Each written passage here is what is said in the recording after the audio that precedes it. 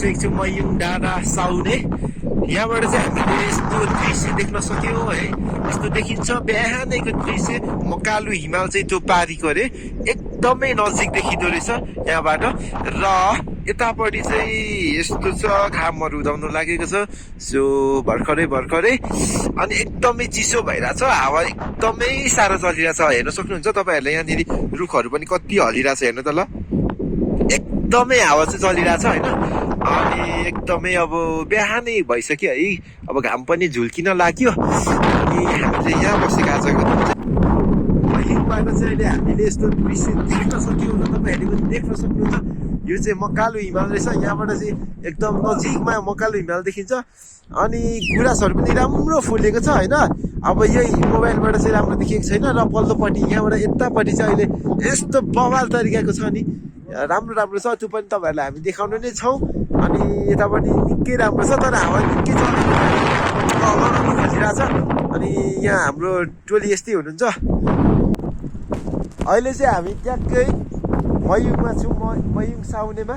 यो घरमा हामीले पकाइखाएको थुप्रो कुराहरू पकाइखायौँ। अनि यहाँ थुप्रोजना थियौँ। अब चाहिँ यहाँबाट हामी मासतिर लाग्छौँ। यता मासतिर लाग्छौँ। मयुङको एकदम बबाल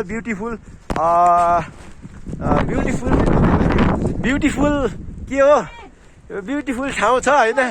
ल यो हेलमेट त हाम्रो दिनेश भतिजको हो। अनि उयो हुनुहुन्छ ल है त। अब यस्तै छ। यता भाउजू कता हो अरे, यता भाउजू।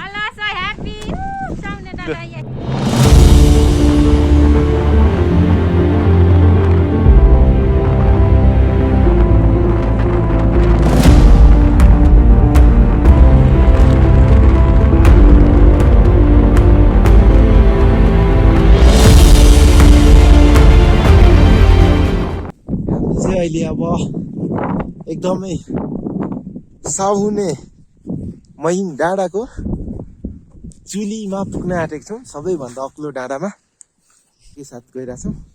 अनि यस्तै गरेर अङ्कल पनि चढिराख्नु भएको छ के होइन। तपाईँहरू देख्न सक्नुहुनेछ साउने डाँडा निक्लिनुको लागि चाहिँ यति साह्रो यसरी 4 पाउ टेकेर आउनु पर्ने हुन्छ। ती यस्तो ओह्रालो छ, त्यही भएर हावा पनि अलिक कडा छ नि त। ल हेर्नु सक्नुहुन्छ हावाले पल्टाउँछ भन्ने डरले गर्दा 4वटा पाउले अब टेकेर बसिरहेको छ। अनि यसरी नै घरिघरि निक्लिँदै मान्छे आइरहेको छ है त।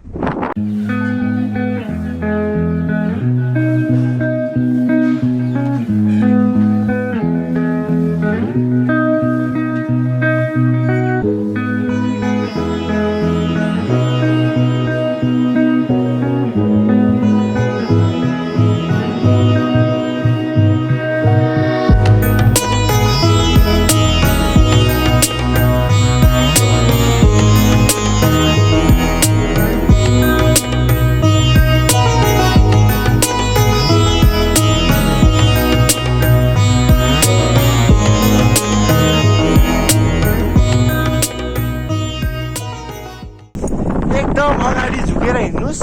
ब्याक साइड चाहिँ पल्टाइदिइहाल्छ के, पल्टाइदियो भने चाहिँ अघि तलतिर गइन्छ। त्यही हो। अब हामी डाँडा पुग्नु आँट्यो। त्यहाँ माथि हो। अब 1 मिनेट लाग्छ, भइहाल्छ है त। अब चाहिँ फाइनली हामी चाहिँ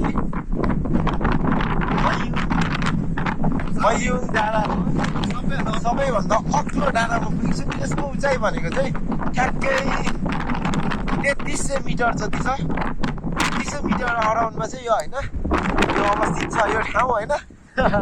अनि हेर्न सक्नुहुन्छ प्रत्यक्ष रूपमा टाउको कसरी हल्लिँदैछ। 3300 मिटरमा के हुन्छ। अब यदि यो उठ्यो भने चाहिँ मान्छे उठ्यो भने चाहिँ गयो के, सिधै यता डिल्छ त्यता जान्छ। त्यही भएर एकदम सेफ्टीका साथ आउनुहुन्छ तपाईँहरू। अनि यस्तै रमाइलो हुन्छ भन्दा पनि अब डेन्जर हुन्छ, रमाइलो हुन्छ, एडभेन्चर हुन्छ। नमस्ते, मेरो नाम चाहिँ दिनेश राई। आज चाहिँ हामी मयुङ डाँडा भन्ने वैशाख 1 गते लाग्ने मेला। हामीले अहिले त्यही साइडबाट फर्किरहेको छौँ, ऊ माथिको डाँडाबाट।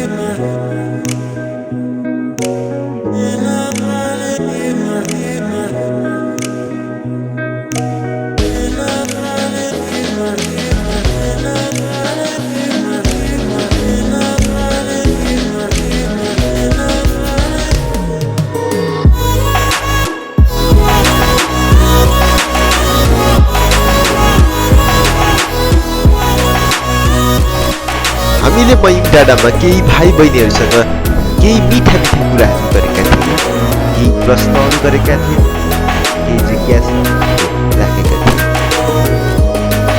भाइहरूले पनि राम्रै उत्तर दिएका थिए। तर के गर्ने विडम्बना, त्यो ठाउँमा एकदमै हावा चलेको कारणले हाम्रो माइकबाट कुनै पनि आवाजहरू आउन सकेन। एकदमै डरलाग्दो भिडमा चाहिँ केही नभने उहाँहरू रमाइलो गरी आउनु हुँदैछ।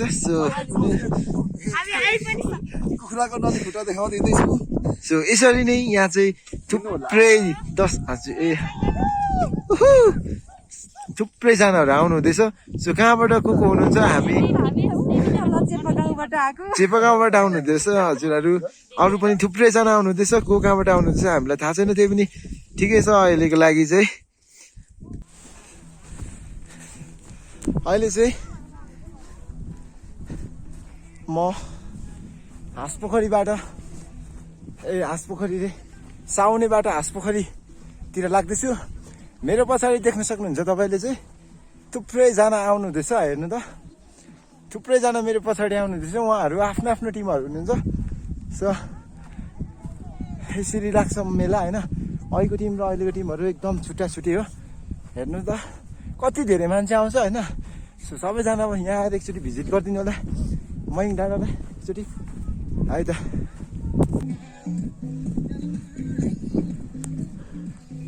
कताबाट आउनुभएको दाइ भाइहरू? कुन घरबाट नि? कुन चाहिँ घरबाट आउनुभएको त? अहिले चाहिँ म मयुङको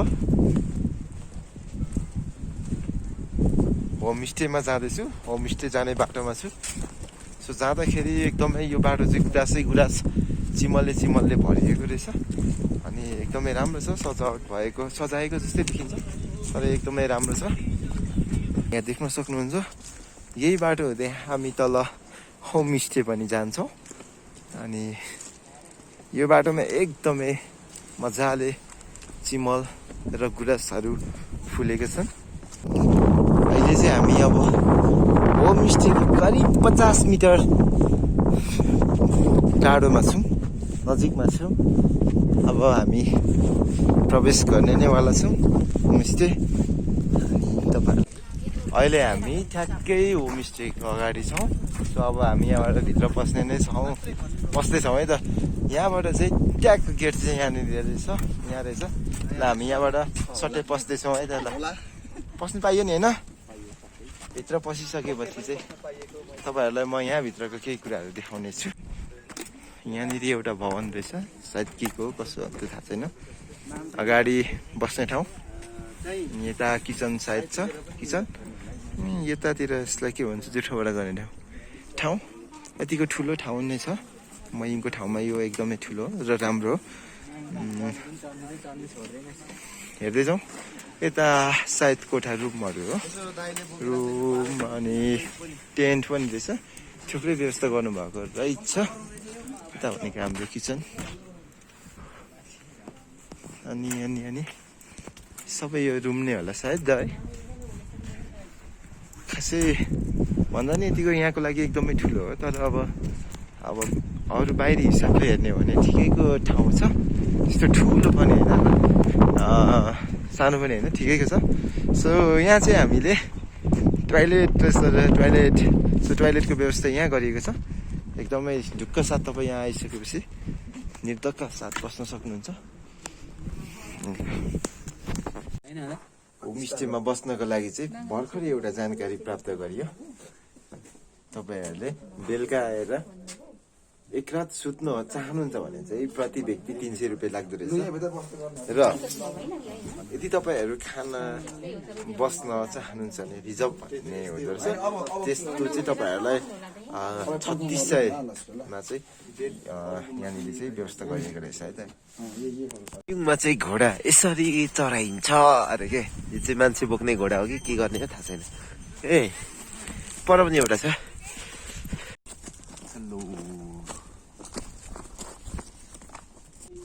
हामी चाहिँ यस्तै तरिकाबाट अगाडि बढिरहेको छौँ।